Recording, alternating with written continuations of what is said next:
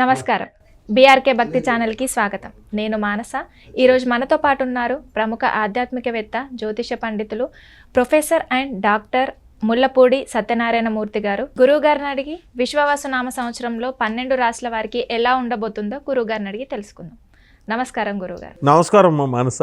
గురువుగారు, విశ్వవసునామ సంవత్సరంలో కన్యా రాశి వారికి ఎలా ఉండబోతుంది? విశ్వవసునామ సంవత్సరం కన్యా రాశి వారికి సంపదలను కలిగిస్తుంది. అన్ని రాశులకి ప్రాబ్లం లేదు ఈ సంవత్సరం. అయితే ఈ కన్యా రాశి వారికి సప్తమంలో మనకి రాహు ఉన్నాడు మొన్నటిదాకా. అతను మే 20వ తేదీ 2025 సంవత్సరం తర్వాత కుంభరాశిలోకి వచ్చేస్తాడు.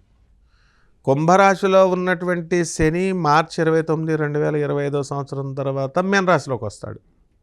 అలాగే మనకి ఇక్కడ కేతువు ఉన్నాడు. ఈ కేతువు కన్యా రాశిలో ఉన్నటువంటి కేతువు వీళ్ళకి సింహరాశిలోకి వెళ్ళిపోతాడు. గురుడు వచ్చేసరికి మనకి మే 30 తర్వాత 2025 సంవత్సరంలో వృషభం నుంచి మిథునంకి రావడం, ఆ తర్వాత కర్కాటకం రావడం, మళ్ళీ బ్యాక్కి రెట్రోగ్రేడ్ అయ్యి వెనక్కి రావడం, ఈ విధంగా జరుగుతుంది. మొత్తం మీద ఏమిటంటే మొగుడు పెళ్ళాళ్ళు పెళ్లి చేసుకొని కాపురం చేసుకుంటారా అని పెద్దలు పెళ్ళిళ్ళు చేస్తే వీళ్ళు యుగోలకు పోయి ఒకళ్ళొకళ్ళు తొడలు కట్టుకొని ఛాలెంజ్లు కాసుకొని దెబ్బలాటలతోనే ఈ కన్యారాశి వారు ఎక్కువ మంది ఇబ్బంది పడ్డారు. అయితే ఈ కన్యారాశి వారికి ఏమండి మా ఆయన చాలా బాగుండేవాడండి, నాతో చాలా బాగా మాట్లాడేవాడు. విచిత్రం అండి, కన్యారాశి వాళ్ళకి ఏమిటి ఎఫినిటీ తగ్గింది అంటే అంత మంచిగా చూసుకోవట్లేదండి నన్ను, అంటే బాగానే ఉన్నాడు కానీ అంటారు. అంటే ఇది ఎవ్వరు కన్యారాశి వాళ్ళు ఎవ్వరినన్నా అడుగు అట్లాగే చెప్తారు సమాధానం. దీనికి శుక్రుడు రాహుతో కలవడము, ఇలాంటి కొన్ని ఫ్యాక్టర్స్ వల్ల సప్తమంలోకి మనకి శని వచ్చేయడము అండ్ మెస్మరిజం పవర్ పెరిగిపోద్ది వీళ్ళకి. అంటే కన్యారాశి వాళ్ళకి ఏమండి మేము చాలా క్యాలిక్యులేటెడ్ పర్సన్స్ అండి, మీకు చాలా క్యాలిక్యులేట్ చేస్తాం. అవతల వాళ్ళతో ఫ్రెండ్షిప్ చేసినా, మొగుడితో కాపురం చేసినా, ఎవ్వరు చేసినా మెంటాలిటీ మేము స్టడీ చేసేస్తామండి అని. మేము పప్పులో కాలేయమండి అంటారు, నిజంగానే వీళ్ళు పప్పులో కాలేస్తారనమాట. ఈ సంవత్సరము అసలు శత్రువులపై ఆధిపత్యము, మెస్మరిజం పవర్ వచ్చేస్తుంది వీళ్ళకి. ఎవరినైనా సరే గిట్టి ఆకర్షించబడేస్తే శక్తి వీళ్ళకి వచ్చేయడం అనేటటువంటివి జరుగుతాయి. అయితే లావ్ అయిపోతారు వీళ్ళు, తలుపు పట్టనంత లావ్ అయిపోతారు ఈ యొక్క కన్యారాశి వారి ఈ సంవత్సరంలో. ఇకపోతే ఈ కన్యారాశి వారికి చాదస్తం పెరిగిపోద్ది అనమాట. ఏంటంటే కడిగిందే గిన్నెలు 4 సార్లు కడగడము, క్లీన్ చేసిన గ్రౌండ్ని 4 సార్లు, అంటే ప్రతిదీ కూడా చాదస్తంగా చేయడం అనేటటువంటిది జరుగుతుంది. ఈ విధంగా మనకి ఎలాగా ఇప్పుడు ఈ యూట్యూబ్లో చెప్తూ ఉంటారు చూడు, దీపం ఒత్తులు నాయే పెట్టాలా, అటువైపు పెట్టాలా, దేవుడే పెట్టాలా, నల్ల ఒత్తులు పెట్టాలా, ఇవన్నీ ఈ బ్యాచీలు చెప్పే వాళ్ళందరికీ కూడా 12 కేతు చాదస్తంగా వాళ్ళు అనమాట. సో ఈ విధంగా ఈ పిల్లల గురించి ఎక్కువ ఆలోచించడం అనేటటువంటిది ఈ కన్యారాశి వాళ్ళు చేస్తారు. పిల్లలకి అతి గారాభం చేసి పడేసి నువ్వు పిల్లలకి సీట్ ఇప్పించలేదు, నువ్వు రికమెండేషన్ చేయలేదు అని చెప్పేసి పక్కింటి వాళ్ళతోనూ ఎదురింటితోనూ మాట్లాడడం మానేస్తారు. ఇప్పుడు వాళ్ళు ఎలా రికమెండ్ చేస్తారు? ఇంటర్వ్యూ పెట్టిస్తే ఇప్పుడు వాళ్ళ భర్త రావాలి ఇంటర్వ్యూకి, ఆ భర్త రాకుండా అక్కడ అజమాయిషీ చేసుకోవడం రాదు, పక్కింటి వాళ్ళ మీద ఎదురింటి వాళ్ళ మీద అలగడం, ఇలా చిన్న చిన్న కారణాలతో ఈ సంవత్సరం అంతా కూడా ఈ మానసిక చింతన అనేటటువంటిది వస్తుంది. ఇకపోతే శని సప్తమ స్థితిగతుడు అవ్వడం వల్ల కళత్రపుత్ర శత్రుత్వ కారణం అన్నారు. వీళ్ళు చేసే పిచ్చి వేషాల వల్ల అవతల భర్త కానీ లేకపోతే పిల్లలు కానీ వాళ్ళకు బుర్ర పిచ్చెక్కిపోతుంది అనమాట. వీళ్ళకి కన్యారాశి వాళ్ళకి వీళ్ళు బాగానే ఉంటారు, అవతల వాళ్ళని ఏడిపిస్తూ ఉంటారు.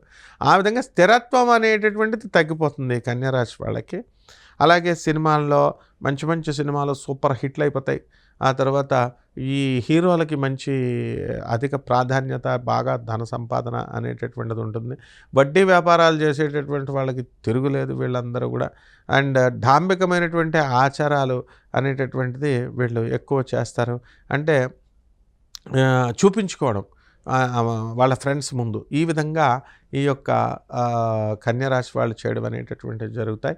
కన్యారాశి వాళ్ళకి ఎవరికైతే పెళ్ళిళ్ళు కాలేదో ఆ పెళ్ళిళ్ళు అందరికీ కూడా అవ్వడానికి అవకాశాలు ఉన్నాయి. అలాగే ఈ యొక్క కన్యారాశి వారికి ఆదాయం రాజపూజం గురించి కరెక్ట్. ఈ యొక్క కన్యారాశి వారికి ఆదాయం 14 ఉంది, వ్యయం 2 ఉంది. అలాగే 6 రాజ్యపూజ్యం 6, అవమానం 6గా ఉంది. కాబట్టి అధికంగా డబ్బు ఎక్కువ పిచ్చగా సంపాదిస్తారు వీళ్ళు. కన్యారాశి వాళ్ళు ఏమంటే నాకు జాబ్ రావట్లేదండి అని 4 సంవత్సరాల నుంచి చెప్పేటటువంటి వాళ్ళు ఉన్నారు. అప్లికేషన్లు పెట్టరు భయంకి, ఇలా పెట్టగానే టపీమని వచ్చేసిన వాళ్ళు ఉన్నారు. కాబట్టి ఈ సంవత్సరంలో వీళ్ళకి ఏంటంటే మనము ఎంకరేజ్ చేసేవాళ్ళు మంచిగా ఉంటారు కాబట్టి టపీమని జాబులు రావడానికి అవకాశాలు వీళ్ళకి ఎక్కువగా ఉన్నాయి. అలాగే ఈ కన్యా రాశి వాళ్ళందరూ కూడా విదేశాలకు వెళ్ళాలి అనేటటువంటి కోరికలతో ఉన్న వాళ్ళు ఉంటారు. అటువంటి వాళ్ళందరూ కూడా వాళ్ళ కోరికలు కొంచెం తీరడానికి అవకాశాలు ఉంటాయి. అండ్ అత్తగారులతో మామగారులు వీళ్ళు ఆడపడుచులు వీళ్ళతో సఖ్యత కొంత కలగడం అనేటటువంటిది జరుగుతుంది.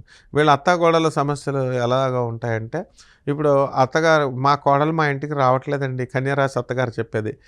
మా అన్ని బట్టలు తనే వేసుకుంది, తన బట్టలు నాకు ఒకటి కూడా ఇవ్వలేదంటది. కోడల బట్టలు ఎక్కడైనా అత్తగారికి సరిపోద్దా అని కోడలు అంటది, కన్యారాశి కోడలు. అత్తగారేమో నీ కోడల బట్టలు నాకు కనీసం ఒక జత కూడా ఇవ్వలేదు, వేసుకోవడానికి కూడా ఇవ్వలేదని ఆమె అంటది. ఈ విధంగా అలాగే భార్యాభర్తల మధ్య ఎలా ఏ టైప్లో ఉంటాయంటే గొడవలు, ఇప్పుడు వాళ్ళు వేరే దేశంలో ఉన్నాడు అనుకోండి భర్త, భార్య ఇంకో దేశంలో ఉంటుంది. ఒకే ఊరిలో ఉన్నారనుకోండి, ఉదాహరణకి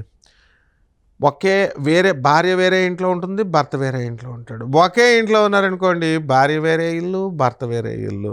అండ్ కాఫీ కావాలనుకోండి, ఫోన్లో మెసేజ్లు తప్ప మాట్లాడుకోవడాలు ఉండవు అనమాట. ఈ విధంగా సినిమాలకు వెళ్ళేటప్పుడు మాత్రం కంపల్సరీ వెళ్తారు కలిసి. ఈ విధంగా ఈ కన్యా రాశి వారి యొక్క లైఫ్ స్టైల్ అనేటటువంటిది ఇక్కడ ఉంటుంది. And agricultural department, fertilizers department, emu birds, poultry ఇలాంటి వ్యాపారాల వల్ల బ్రహ్మాండంగా కలిసి వస్తుంది. రైతులకు బాగుంది, పోలీసు వాళ్ళకు బాగుంది. And security, revenue, income tax, commercial tax డిపార్ట్మెంట్స్లో పనిచేస్తున్నటువంటి వాళ్ళకి బాగుంది. సినీ సంగీత సాహిత్య రంగాలలో ఉన్నటువంటి వాళ్ళకి చాలా బాగుంటుంది. అండ్ ఈ రాశి వాళ్ళు ఎలాంటి పరిహారం చేసుకుంటే మంచిదండి? ఈ కన్యా రాశి వాళ్ళకి సప్తమంలో మనకి ఈ యొక్క శని వచ్చేసాడు. చాదస్తం గ్రహం ఇక్కడ ఉంది కాబట్టి శని జపం చేసుకోవాలా, శని స్తోత్రాలు చదువుకోవాలా. శనికి కిలోంపావు నల్ల నువ్వుల్ని, నల్లని వస్త్రాన్ని పేద బ్రాహ్మణులకి శనివారం నాడు ఉదయం 8 గంటలకి దానం చేసుకోవాలా. దశమహావిద్యలలో ఒకటైనటువంటి మహాకాళి అమ్మవారి యొక్క హోమాన్ని ఇళ్లల్లో శనివారం నాడు జరిపించుకోవాలా. అలాగే నవగ్రహాల చుట్టూ ప్రదక్షిణ చేసుకుంటూ ఓం శనైశ్చరాయ నమః అనేటటువంటి మహామంత్రంతో జపించుకున్నట్లయితే బ్రహ్మాండంగా సరిపోతుందమ్మా. ఓకే గురుగారు, కన్యా రాశి వారి గురించి, కన్యా రాశి వాళ్ళు చేసుకోవాల్సిన పరిహారం గురించి చాలా చక్కగా చెప్పారు. ధన్యవాదాలు. ధన్యవాదాలు.